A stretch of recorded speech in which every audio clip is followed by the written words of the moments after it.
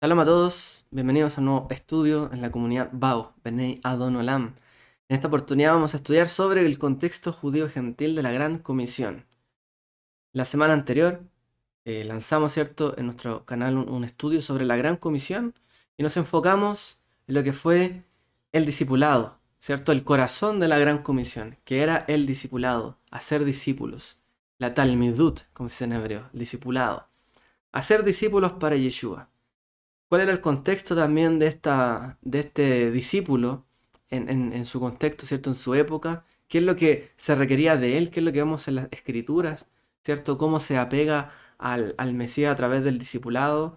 Etcétera. Vimos, ¿cierto? Algunas buenas características que tenemos que aprender sobre el discipulado, ¿cierto? Para practicarlo en nuestra vida de discipulado y, bueno, seguir con esta cadena que nos mandó, ¿cierto? Nuestro amado Redentor Yeshua.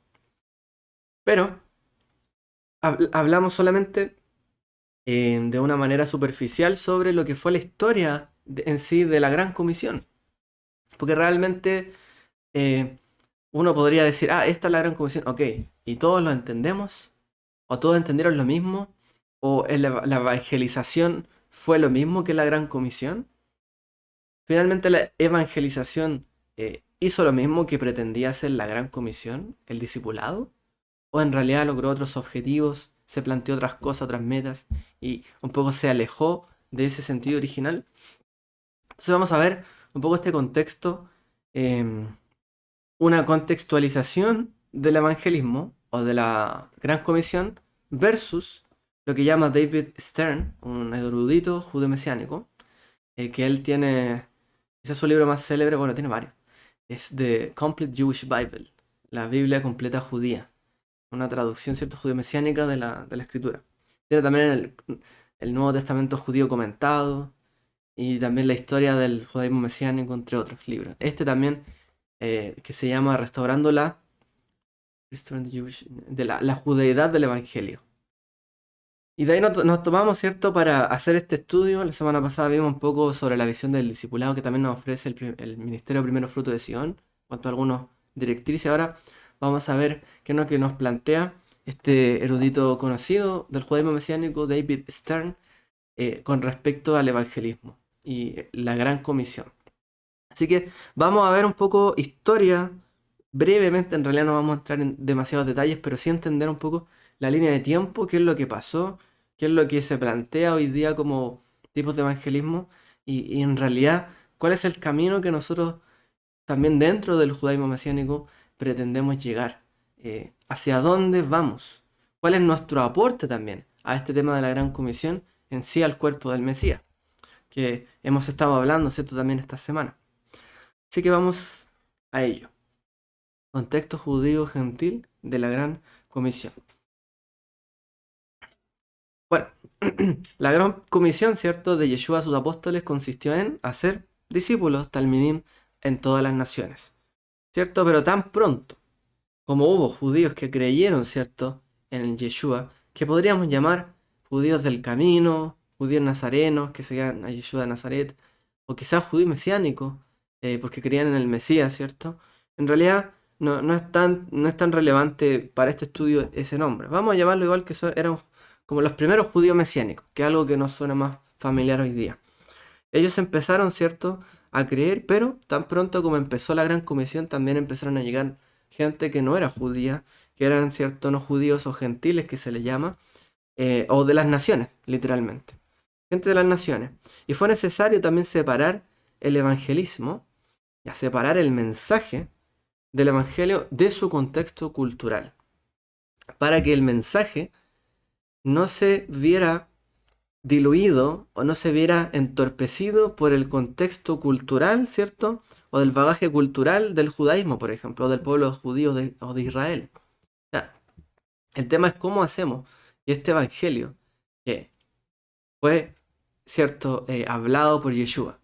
Sus discípulos él era judío, Yeshua era judío, los discípulos eran judíos, el lenguaje era judío, digamos hebreo o arameo.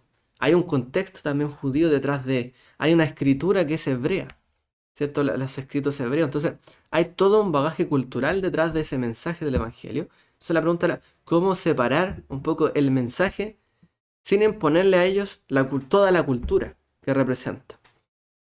Entonces, eso fue una gran dificultad en el primer siglo.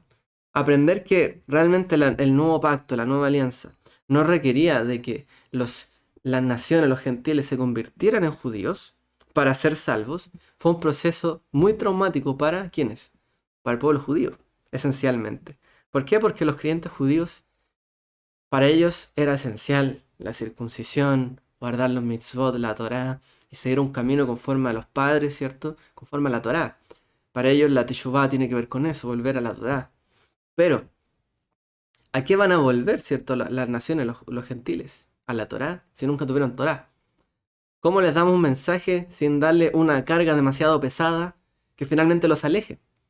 Entonces muchos creyentes, de hecho, incluso fariseos que creyeron en Yeshua, tuvieron un gran problema para realmente transmitirle o aceptar que los gentiles no tenían que hacerse judíos para recibir este mensaje de salvación. Y eso fue un gran conflicto. Comenzó todo esto a hablarse en la escritura a través, por ejemplo, de la visión de Pedro, cuando él ve ese lienzo lleno de animales, ¿cierto? Y recibe la voz que le dice mata y come. Y los animales representan a las naciones. Y él dice, pero si yo nunca he comido nada impuro, es muy similar a la visión que tiene Ezequiel. Pero, ¿el objetivo cuál era? No llames impuro lo que yo, ¿cierto? He purificado, he limpiado. En el fondo le está diciendo, yo he limpiado y he purificado a esto de entre las naciones. Anda tú y come con ellos. Él no quería ir ni siquiera a la casa de este Cornelio. Y en general había un rechazo a ir a la casa de los gentiles a hablarles del mensaje del Mesías. ¿Por qué? Porque el judío no comía ni siquiera con un gentil, muchas veces. Entonces era un conflicto. Entonces vemos la visión de Pedro, la llegada de Cornelio también a la fe, todo el caso que ocurre con ellos. Pero fue Pablo, ¿cierto?, el primero en darle un contexto adecuado, ¿cierto?, a la transmisión de esta besorá, de esta buena noticia de Yeshua, ¿cierto?, para las naciones, sacándole ese bagaje cultural judío. Él elaboró muchos detalles que vemos luego, ¿cierto?, escritos en las cartas de la Brit Hadashah, en sus cartas apostólicas, que da a diferentes comunidades. Entonces así estuvo presente en el Concilio de Jerusalén cuando Santiago y Jacob anunció la decisión de que los gentiles no tendrían, ¿cierto?, la obligación de circuncidarse o obedecer toda la Torá, sino que se les pidió que en el fondo eso representaba a llevar una vida judía normal y como el resto de Israel, que en el fondo era que tenían que convertirse en judíos para recibir el mensaje de la salvación. Y ellos dijeron, porque convino también, como dice ahí, al Espíritu, al Eterno, que eso no fuera así, sino que solamente se les dieran 4 reglamentos o incluso digamos mandamientos para estos gentiles, que lo vemos en Hechos 15, el primer concilio de Jerusalén. Más tarde Pablo expresó, ¿cierto?, con claridad hasta dónde estaba dispuesto él mismo a llegar para dar este mensaje a las naciones, para que este mensaje fuera bien transmitido hacia las personas. Y él dice lo siguiente. Dice, voy a ponerlo un poco más grande para que todos veamos mejor. Dice, porque aunque soy libre de todos, me he hecho esclavo para ganar al mayor número posible. A los judíos me hice como judío para ganar a los judíos. A los que están bajo la ley como bajo la ley, aunque yo no estoy bajo la ley, para ganar a los que están bajo la ley, a los que están sin ley como sin ley, aunque no estoy sin la ley de Dios, sino bajo la ley del Mesías. Para ganar a los que están sin ley. A los débiles me hice débil, para ganar a los débiles. A todos los me he hecho de todo, me he hecho todo, para que por todos los medios salve a algunos. Entonces vemos hasta dónde está dispuesto a llegar, ¿cierto, Pablo, Shaul, en esta intención de dar el mensaje y de que se extendiera, ¿cierto?, el mensaje de la salvación para las naciones. Él dice, realmente yo me he hecho como uno de ellos, me he puesto en la mente de ellos, los zapatos de ellos, de cada uno, para entender cuál es el mensaje que se dirige específicamente a ellos. ¿Qué parte del mensaje les es adecuado a cada uno? Entonces yo me he puesto en todos esos lugares. ¿Para qué? Para que de esta manera puedan muchos venir a la salvación. Ahora, como ya expliqué también en el estudio anterior, como dice también este libro, realmente a veces se malinterpreta a Pablo porque dice como él dice que se hizo todo a todos, Pablo era como un camaleón, una persona que era un hipócrita, que en el fondo cambiaba, esto era con uno, esto era con otro, etc. Y no es eso lo que está diciendo realmente Pablo. De hecho, Pablo no está diciendo he abandonado la Torá, me hago como que si no fuera, no. O sea, yo sigo la ley del Mesías, pero estoy bajo la ley del Mesías, me sujeto a él, porque a través de él me sujeto a la ley de Dios. O sea, no estoy sujeto, y esto es parte del nuevo pacto, yo me sujeto al Mesías para estar bajo la ley de Dios. Porque a través del Mesías, que es nuestro ayo, ¿cierto? A la Torá. Porque esa es la manera de no caerse y no volver, ¿cierto? A tropezar. Entonces Pablo tiene eso claro. Y él dice, o sea, me he hecho débil para los débiles, fuerte para los fuertes. Judíos, entre comillas, porque él era judío, para los judíos y gentil para los gentiles. Para contar de ellos, ¿cierto? Que entender la mentalidad de cada uno y que cada uno pudiese recibir el mensaje. Entonces, él, en el fondo, tenía un desafío, era de dónde venía esta gente, qué es lo que ellos, dónde estaban, cuál era su cultura y bueno, cómo llegar a ellos. Lo que le motivaba era ganar, ¿cierto? Las almas que estaban perdidas. Entonces él podría haber sido perezoso y haberle dicho a toda la gente, bueno, adáptense ustedes a nosotros. Ustedes quieren venir acá, bueno, adáptense. Pero Pablo fue más allá y dijo, bueno, voy a adaptar también el mensaje para que nosotros, nuestra misión de hacer la gran comisión, también sea más fácil para ustedes. ¿Ya? Es decir, voy a adaptar el mensaje, voy a entender lo que tú tienes que recibir y no lo que yo solo te quiero entregar a ti, sino voy a entender lo que Dios te quiere entregar a ti a través de este mensaje, entendiendo tu cultura, de dónde vienes, etc. Entonces él fue mucho más allá. Incluso, como dice ahí, hacerse incluso esclavo de muchos. Bueno, Pablo no obligó a los gentiles a adoptar una cultura judía, sino que realmente él se dio cuenta de que el mensaje de la Brita Hadashah, del nuevo pacto, de la nueva alianza, era un judaísmo transcultural. Era como un judaísmo para las naciones. Y aparte, ¿cierto? Del mensaje del pueblo judío, de sus escritos, del Mesías y de los profetas, aplicaba en el fondo para las naciones. Era un judaísmo transcultural. O a veces se le llama cristianismo. Y en el fondo, el cristianismo tiene sus raíces en este judaísmo transcultural. Una extrapolación del judaísmo aplicado, ¿cierto?, a otras culturas. Ya, eso es por un lado. Ahí tenemos un primer punto. Ahora veamos cuál es el cristianismo no transcultural. Porque hay otro cristianismo que no considera siempre este contexto. Bueno, vamos a ver. No todos, ¿cierto?, los que han intentado llevar el mensaje de la besora del Evangelio a través de las barreras culturales han tenido los principios del evangelismo transcultural como lo enseñó Pablo. De hecho, muchas veces ha pasado lo contrario cuando se ha evangelizado. ¿En qué sentido? El evangelismo se ha confundido con una cultura, un modo de ver más allá del mensaje, sino que, por ejemplo, no haciéndole ver a la gente que tiene que arrepentirse de obras muertas, es decir, del pecado, de ir en contra, ¿cierto?, de los designios de Dios, sino que también debían abandonar la cultura muchas veces y alejarse de ella. El cristianismo muchas veces hizo esto. Y de hecho los judíos en su momento también quisieron hacer esto. Los judíos más apegados a la Torá. Querían que los gentiles abandonaran toda su cultura, todo su contexto, para convertirse plenamente en judíos. Y ese no era el objetivo. Entonces, el cristianismo también ha cometido esto. Entonces, ¿qué es lo que pasa? Que algunas veces los misioneros en el mundo terminan llevando el mensaje y dónde se puede practicar, por ejemplo, ¿cómo se llama? Como en un monasterio. O sea, el cristianismo consiste en vestirme de café o de negro, vestirme plenamente de una manera que a lo mejor yo puedo vivir no sé, en África, pero me obligan a vestirme de negro, a ir, ¿cierto?, a un monasterio, a orar de cierta manera. ¿Por qué? Porque los cristianos de Inglaterra, no sé, hacen eso. Entonces, como fueron misioneros de Inglaterra, quieren que ellos vivan de la misma manera el cristianismo. No respetando también la cultura de ellos, sino que implantándolo en una cultura más allá del propio mensaje del arrepentimiento. Entonces, esto pasó muchas veces, que se intentó implantar una cultura y no darle el sentido completo al mensaje de la gran comisión. Y ese es el problema.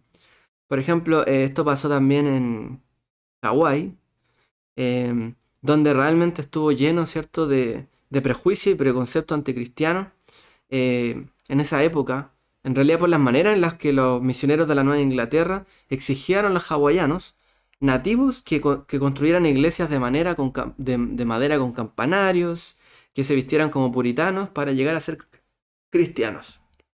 O sea, gente que vivía en Hawái se los obligaba a vestirse de otra manera. La escritura no plantea nada de eso. Pero, en el fondo, si ellos querían ser cristianos, tenían que vivir como ellos vivían, adoptar su cultura y no solo el mensaje. Ese era el problema. Un problema que también sufrió la evangelización en el mundo, a través del cristianismo. Tuvieron que convertirse en extranjeros en su propia cultura. Y esto pasó muchas veces.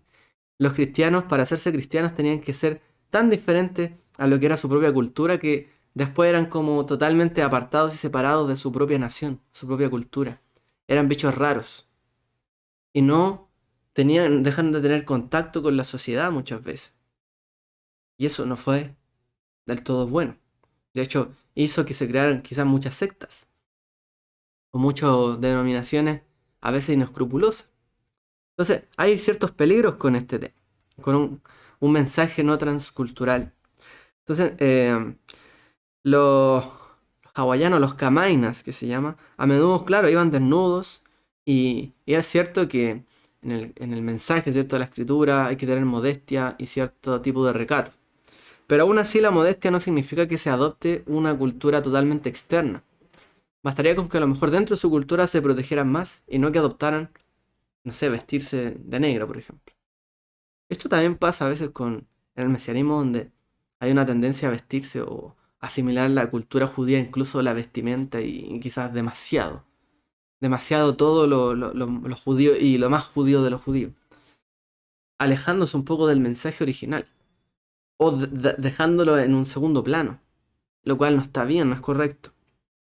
Entonces cuando las personas se convierten en cristianas y solo tienen que renunciar al pecado, volverse a Dios, arrepentirse. No hay una instrucción a volverse o cambiar de cultura, salvo obviamente que algunas cosas de su cultura estén en contra de la voluntad divina. Por lo cual va a ser la lucha que ellos van a tener. Y en el fondo cada tribu, lengua, nación tendrá su propia identidad dentro de su contexto, de cómo sirven y cuáles son los desafíos de servir a Dios en su país, en su nación. Entonces ese es el punto. Ahí con este tema. Otro punto. Ahora, hablando sobre un evangelismo judío. Bueno, lamentablemente tenemos que llegar a un antijudaísmo en la historia, sobre todo en el siglo IV. En lo que fue el evangelismo judío o hacia los judíos, por ejemplo, en el siglo IV se convirtió en una práctica habitual no seguir el modelo de Pablo, sino presentar, ¿cierto? Que era presentar un evangelio amigable, ad hoc, ¿cierto?, a la gente, independiente de su nación, sino que realmente no bastaba, por ejemplo, con que el judío adoptara el mensaje del Mesías de Yeshua, sino que tenía que alejarse de su judaísmo o su judeidad.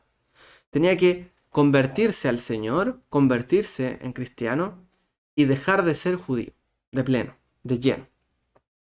Entonces, significaba muchas veces para los judíos que creían en Yeshua, en Jesús, ¿cierto? Digámoslo así. ¿Qué significaba para ellos? Abandonar todo rastro de judaísmo de su vida. No podían practicar o volver a practicar nada de eso. Porque para seguir al Mesías había que ser cristiano, y para ser cristiano había que adaptarse a la cultura cristiana, que muchas veces era una imposición de una cultura y no del mensaje en sí. Entonces, ahí hubo serios problemas y dificultades en ese momento. El judío tuvo que adoptar culturas ajenas, romanas, entre otras, ¿cierto?, a lo largo de la historia, aquellos que creían en Yeshua. Entonces, finalmente esto se ve en este texto de la profesión de fe de la iglesia de Constantinopla, donde los judíos tenían que afirmar lo siguiente, lo que aquí aparece, para ellos incorporarse en la iglesia de Constantinopla. O sea, el creyente judío, del que eran los patriarcas, la Torá, las promesas, el mensaje de Yeshua, algo directo, tenía que convertirse en cristiano y abandonar todo su judaísmo para el creer en el Mesías. Hasta eso se llegó. Veamos qué es lo que dice. Dice, en esta profesión de la iglesia. Dice: renuncio a todas las costumbres, ritos, legalismos, panes ácimos, sacrificios de cordero de los hebreos, y a todas las demás fiestas de los hebreos, sacrificios, oraciones, purificaciones, santificaciones, aspersiones, propiciaciones, ayunos, lunas nuevas, sábados, supersticiones, himnos, cánticos, observancias y sinagogas. La comida, la bebida de los hebreos. En una palabra, renuncia absolutamente a todo lo judío, a toda la ley, rito, costumbre. Esto era que tenían que decir los judíos que se querían convertir a Yeshua. Vean hasta dónde se volcaron las cosas. Y si quiero negar y volver a la superstición judía, o se me encuentra comiendo con los judíos o festejando con ellos, o conversando en secreto y condenando la religión cristiana en lugar de confutarlos o refutarlos abiertamente y condenar su vana fe, entonces que se me pegue el temblor de Caín y la lepra de Jesse, así como los castigos legales a los que me reconozco sujeto, y sea anatema en el mundo venidero, y que mi alma sea puesta con Satanás y los demonios. ¡Wow! ¿A quién le gustaría convertirse, si fuera judío, a un cristianismo de esta manera? Bueno, muchos los convencieron de esto. Y esto es una realidad. O sea, tenían que reconocer que prácticamente su judaísmo era lo peor, era maldito, era mensaje o evangelio de demonios, etc. ¿Por qué? Porque el de ellos era el real. Se llevó a que el judío abandonara su propia cultura, que es lo mismo que muchas veces pasó con el cristianismo, que obligó a la gente a abandonar su cultura para adoptar su propia cultura en vez de solo el mensaje en sí. Es lo que nos plantea Pablo a lo largo de la Brit Hadashah. Y esto incluso en perjuicio del propio judaísmo. Entonces esto fue un antijudaísmo. Fue un racismo, de hecho. Cuando yo no acepto que una persona puede venir al Mesías viniendo de cualquier nación, tribu, teniendo su cultura, yo estoy aplicando una medida de racismo sobre eso. Porque tengo que reconocer que basta con el arrepentimiento sincero de obras muertas, volverse a Dios, etc., para que esa persona se acepta. Si no, estoy levantando nuevamente un muro a través de la cultura, un antijudaísmo o quizá un pro-cristianismo fanático. Así que lamentablemente en la historia, siglo IV, vimos escenas como esta, muy tristes. Entonces el judío ahora tenía que dejar de ser judío. Imagínense lo diferente que era el mensaje de Yeshua a esto. ¿Hasta dónde llegó? Y bueno, esto fue la gran mayoría que siguió este camino y que aceptaron esta declaración. Tristemente. Más de una vez, ¿cierto? Se ha exigido, por ejemplo, a los judíos mesiánicos hoy día que demuestren su cristianismo, que demuestren que creen en Jesús o en Yeshua. Que en el fondo, más que vivir solo la ley, que demuestren que son seguidores de Yeshua. Y se le exige a veces. ¿Por qué? Porque hay una visión negativa con que el judío guarde su judeidad. Muchas veces, cuando los líderes cristianos descubren que hay alguien, a lo mejor descendiente judío, guardando el kashrut, por ejemplo, dentro de la iglesia, no es aceptable. O que usa una kipá, no es aceptable. Hay una imposición cultural, más que una idea de dar el mensaje. Tenemos también este punto. Vamos al siguiente. Contextualizar el evangelio. Ha sido un desafío para los misioneros, ¿cierto?, el cristianismo, cómo contextualizar entonces el evangelio. Se han cometido errores, se ha visto cuáles son las mejores maneras, estrategias. Entonces, ¿cómo lo hacemos? Entonces, muchos estudiosos que ayudan a estos evangelistas y misioneros empezaron a estudiar este problema, ¿cierto?, de apartar a la gente de su cultura tras convertirse en cristianos. Entonces ellos empezaron a aplicar justamente la contextualización. Esta palabra significa presentar un evangelio dentro del contexto de la cultura del que la recibe, en lugar de fuera de ella. Es decir, el mensaje puede ser recibido dentro de su misma cultura. Y no es que tiene que salir de su cultura. Entonces se adapta el mensaje a cómo él lo puede entender dentro de su contexto. Incluso se podría decir que es una forma elegante de hablar de lo que hizo Pablo, de manera natural. Entonces, cuando se contextualiza este evangelio, los cristianos permanecen dentro de su cultura, tratan de vivirla de esta manera, conforme a la voluntad de Dios. Entonces, este desafío también se ha planteado en la iglesia. Ahora, ¿cómo se lleva adelante esto? Hablemos sobre cómo se contextualiza entonces el evangelio para los judíos, por ejemplo. ¿Cómo lo ha hecho la iglesia con los judíos? Todavía no llegamos al punto donde decimos así debería ser el asunto, sino que estamos viendo la estrategia ahora que planteó la iglesia o el cristianismo sobre cómo contextualizar el evangelio que ellos en el fondo interpretan como el evangelio original, cómo contextualizarlo con otras naciones, otra gente y con los judíos. Entonces, por ejemplo, cuando partió el movimiento hebreo cristiano en Inglaterra en el siglo XIX, que de hecho fue el movimiento que dio inicio al judaísmo mesiánico moderno, fue esencialmente un esfuerzo por esto, para contextualizar el evangelio para los judíos. ¿Qué es lo que se hizo en ese momento? Se le aconsejó a los judíos que estaban en Inglaterra, que en el fondo eran cristianos, que no abandonaran en el fondo a su pueblo, que siguieran siendo judíos, siempre que su fe neotestamentaria siguiera el cristianismo ortodoxo que se vivía. Entonces se le animaba a que ellos celebraran la Pascua, el Pesaj, Hanukkah, otras fiestas, para expresar su judaísmo. En general, expresar toda manera, ¿cierto?, en cuanto a la Torá. También se les recordaba que su observancia de los mandamientos de la ley mosaica no mejoraba su salvación, sino que todos somos salvos a través de la gracia, etc. Y nadie está en el fondo por sobre el otro, todos somos como un cuerpo, todos juntos. Entonces no es que ellos son mejores que el resto del cristiano. Entonces, obviamente esto ayudó bastante y le dio un puntapié para que este movimiento hebreo cristiano se desarrollara de tal manera para que los mismos judíos encontraran nuevamente su camino en el nuevo pacto. Encontraran nuevamente su identidad adecuada, ¿cierto?, para seguir a Yeshua, no abandonando su propia judeidad. Entonces, si bien esto fue un esfuerzo bastante positivo, tampoco podemos decir que fuera una restitución completa. Es una mejora. Entonces se ocupaba de los creyentes judíos que en el fondo los veían como que eran problemáticos. Tenemos un problema. ¿Qué hacemos con estos judíos en el fondo? Que están dentro de la iglesia, que quieren guardar su Shabbat. ¿Cómo hacemos que no empiecen a perjudicar a la iglesia o al cristianismo del momento? Entonces, bueno, hagamos que se aparten un poco, que guarden sus cosas, no los desanimemos a eso, de que está bien, y que de esa manera todos estamos bien trabajando. Pero en realidad se les veía más como un problema que simplemente como el objetivo de restaurar el cuerpo del Mesías judío y gentil. Entonces no confrontaba este movimiento una reparación también de la doctrina cristiana, sino que más que nada era como una manera de que estuvieran todos tranquilos y en armonía. Pero no confrontó también las bases que el cristianismo también debía superar, porque el cristianismo también se alejó de su raíz judía. Entonces, a veces entró todo este movimiento en algunas contradicciones. Y finalmente el judaísmo, digamos, mesiánico en el siglo XX en Estados Unidos ya se desarrolló en otros países también como movimiento, ¿cómo se llama? Israelitas del Nuevo Pacto.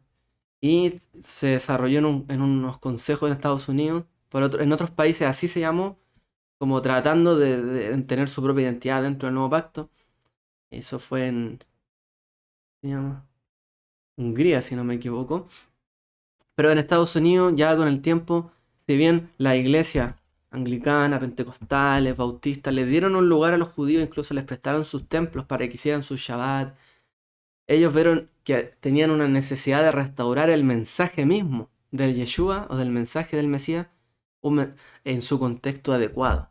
No solamente que vivieran en armonía con el cristianismo, sino que ellos también necesitaban entender y restituir el mensaje original. Entonces finalmente se constituyó el movimiento judío mesiánico para que hubieran comunidades donde hubieran judíos y gentiles, pero con un evangelio restaurado, diferente, con su contexto judío, y una aplicación de tal manera que no se llevara a una obligación a los gentiles a que se convirtieran, por ejemplo, sino un mensaje como más de compartir con el pueblo judío, de reparar este cuerpo del Mesías original. Entonces el judaísmo mesiánico va más que nada, apunta a ese lado, ¿ya? Bueno, antes de hablar cómo lo hace o de qué manera hablamos de esta restauración, el cristianismo hace tres tipos de evangelismo, según este autor, David Stern. Evangelización tipo uno, 2 y 3. Y hay una cuarta. Entonces, vamos a hablar de estas tres. Creo, a ver, un segundito. Ah, ya está. Ya. Ok. Entonces, los misiólogos o la gente que estudia este tema de los misioneros, eh, ellos llevan adelante como tres categorías de cómo evangelizar a la gente y cómo proclamar cierto este evangelio. Entonces, el tipo uno consiste, por ejemplo, en compartir el cristianismo con gente que está inmersa en la misma cultura. Por ejemplo, son gente que comparte el mismo idioma, el mismo trasfondo cultural, muchas veces crecieron en la misma iglesia o en el mismo lugar, y compartirle el evangelio es algo directo, ¿cierto? Pueden utilizar un lenguaje a lo mejor más cristiano o bíblico, hablar de arrepentimiento. ¿Por qué? Porque es algo cercano. Es gente que tiene una cercanía a uno y uno puede hablarle de una manera, incluso están en sociedades que están más cristianizadas, es más fácil llevar este evangelio, el evangelio tipo uno.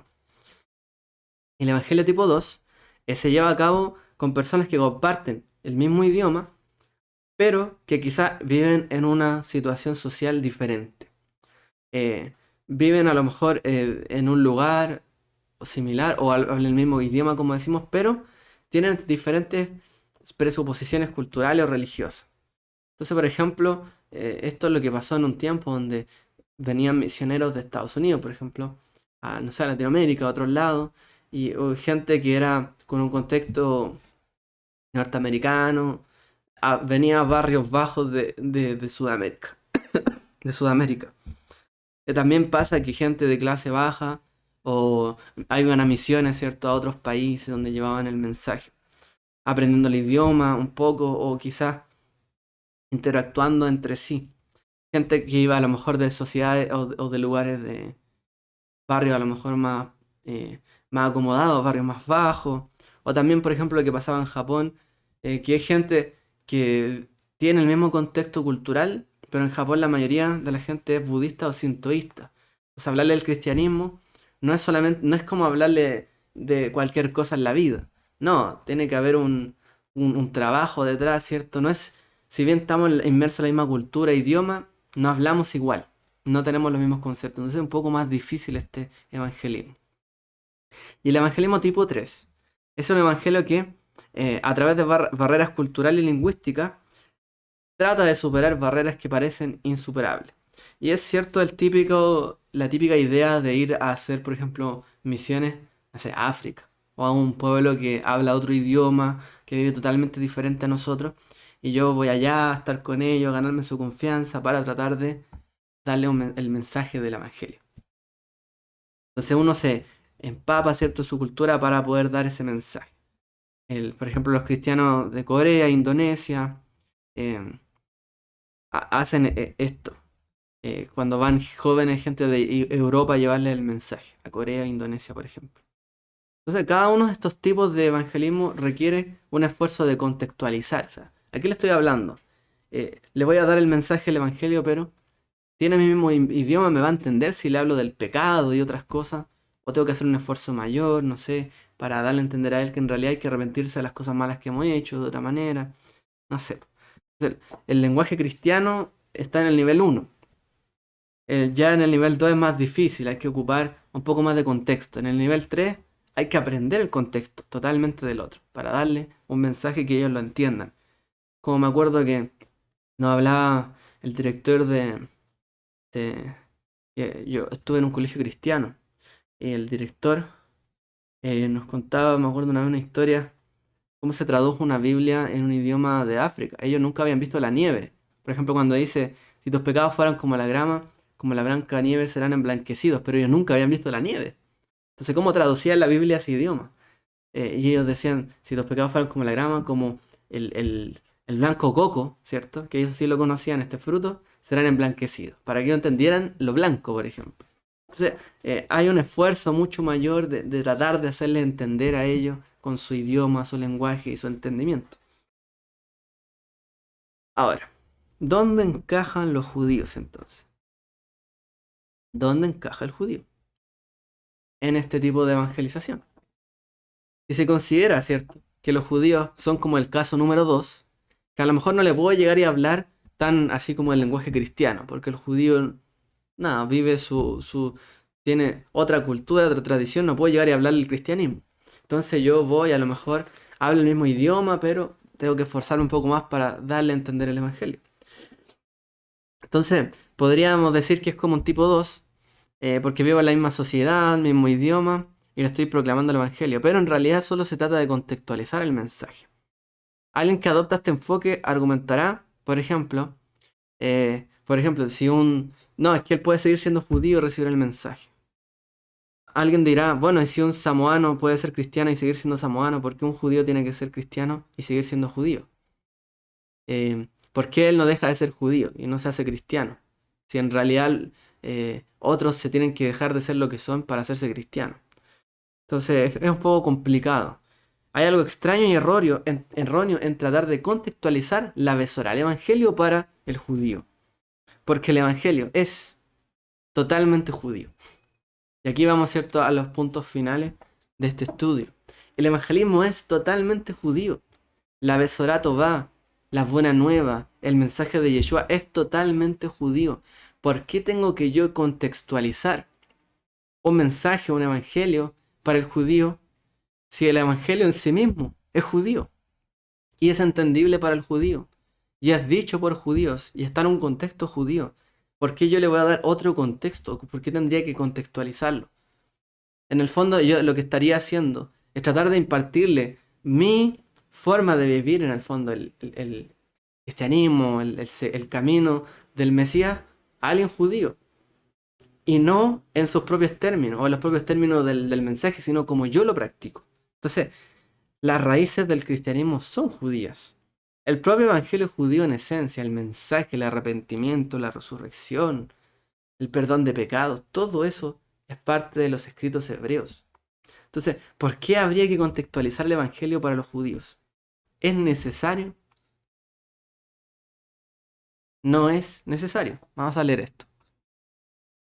No es necesario siempre que se proclame el evangelio del Nuevo Testamento. O sea, siempre que se proclamen las palabras que están allí y el mensaje real, y no una contextualización, digamos, del evangelio a mi propia cultura.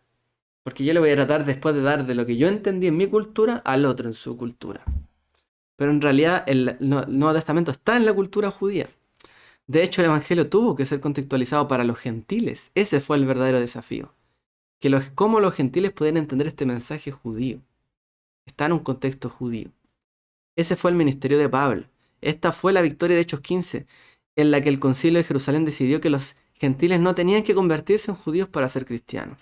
Esta fue la victoria de Gálatas 2, en la que Pablo se enfrentó a Pedro por judaizar a los creyentes gentiles.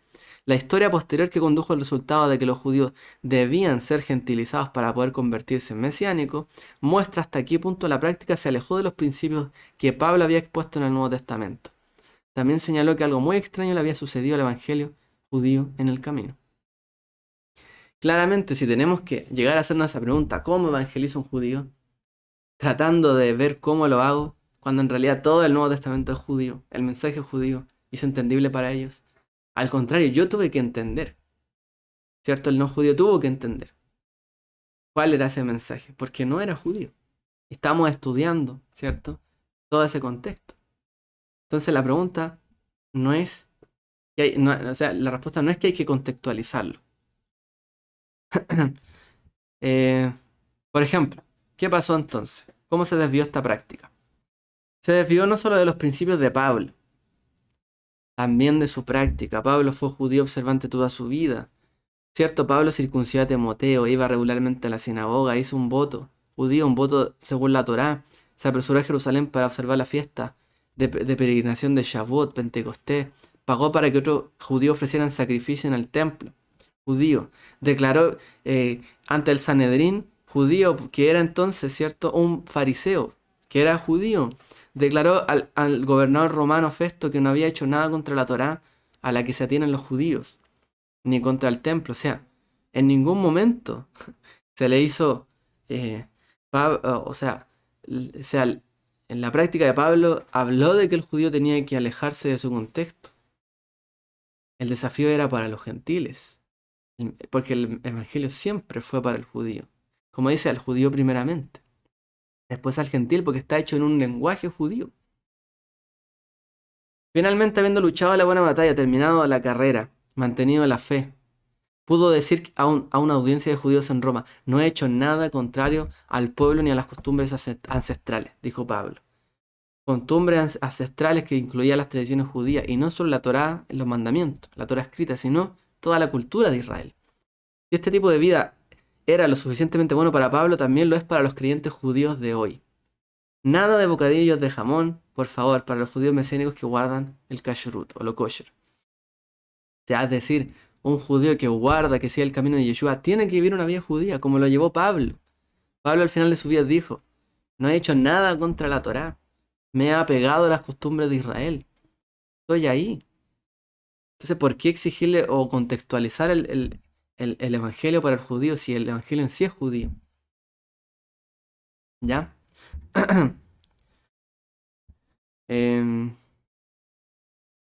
Entonces, no un evangelismo judaizado, y aquí llegamos al punto culmine. El objetivo no es hacer un evangelismo judaizado, no es hablar al judío judaizando el evangelio.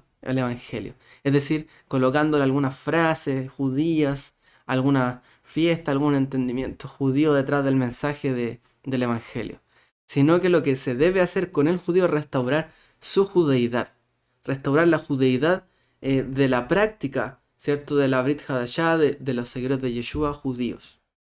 Ese es el real objetivo que también tiene el judaísmo mesiánico. ¿Por qué se abre una comunidad para judíos y gentiles? Para que el judío pueda vivir plenamente su judeidad. Y no solamente algunas cosas, como un evangelio judaizado, un evangelismo con kipá, con talit. No, que se viva plenamente el camino de la Torá como lo llevaba Yeshua, Pablo y los apóstoles. Eso es realmente lo que hay que restituir para el judío. Lo que el evangelismo del tipo 4, o otro tipo, requiere no solo evangelismo gentilizado y contextualizado para los judíos, sino una restauración de la judeidad que de hecho está presente en el evangelio, pero que se ha oscurecido. Además, los cristianos gentiles también necesitan aspectos del evangelio que una restauración de su judaísmo los traerá. Y aquí, ¿cierto?, llegamos a nuestro momento culmine en este estudio. ¿Cuál es parte de nuestra misión de una comunidad judeo-mesiánica?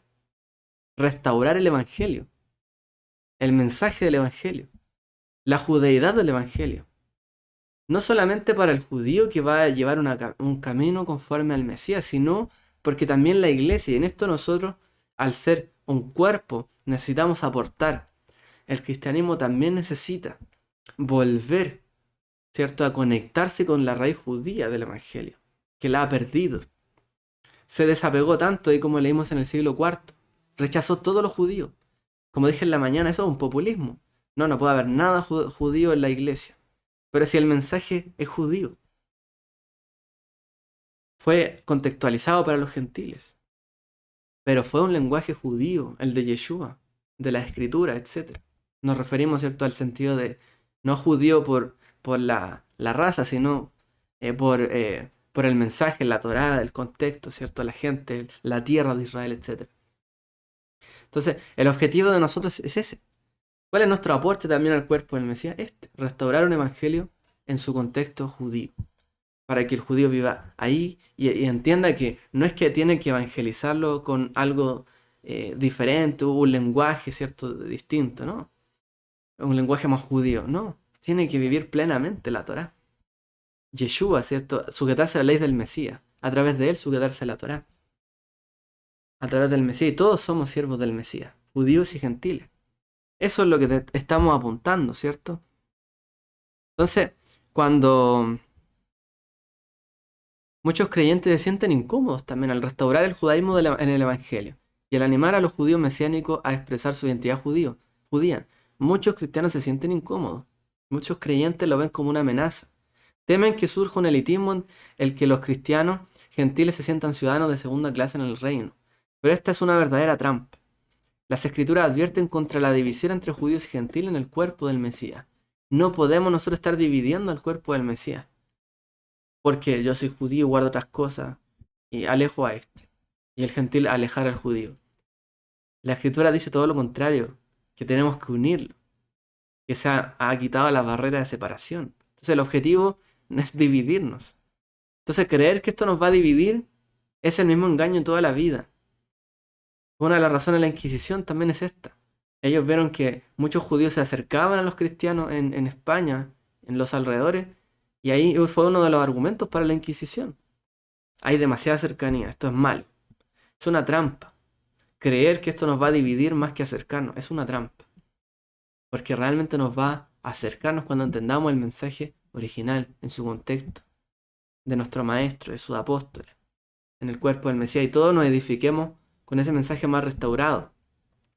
Sin embargo, el Nuevo Testamento también da la seguridad de que ambos son uno en Yeshua, sirviendo a un solo Dios por un solo Espíritu.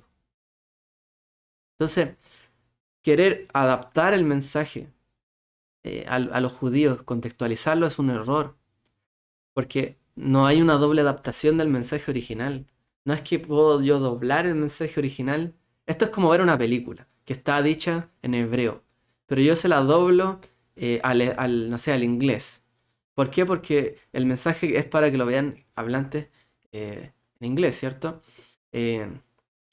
Pero después yo quiero enseñarle la película a los mismos judíos. ¿Y qué hago yo? Le traduzco desde el inglés al hebreo. Y por supuesto que va a cambiar el mensaje original, porque las expresiones inglesas van a cambiar el hebreo. El hebreo se va a adaptar al inglés. Lo mejor es ver la película en su idioma original y de ahí empezar a entender. Entonces, eso es como un ejemplo para todos nosotros. No mirar a través de un espejo otro espejo.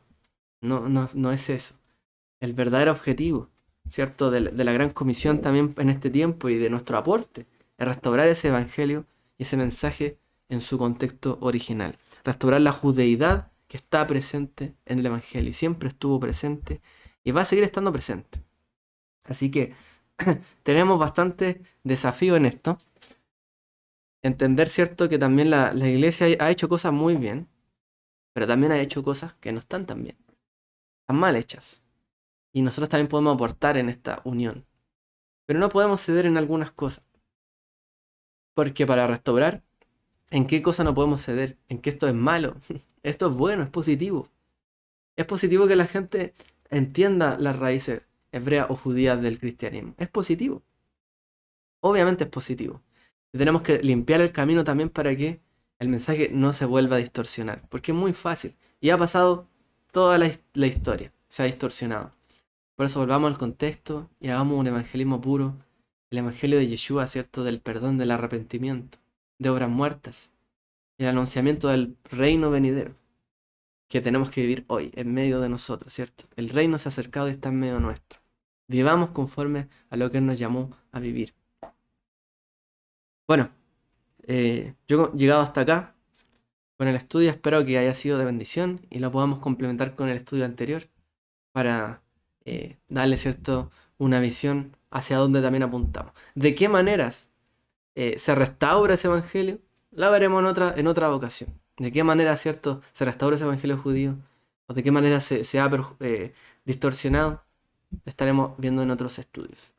Que el Eterno les bendiga a todos. Shalom.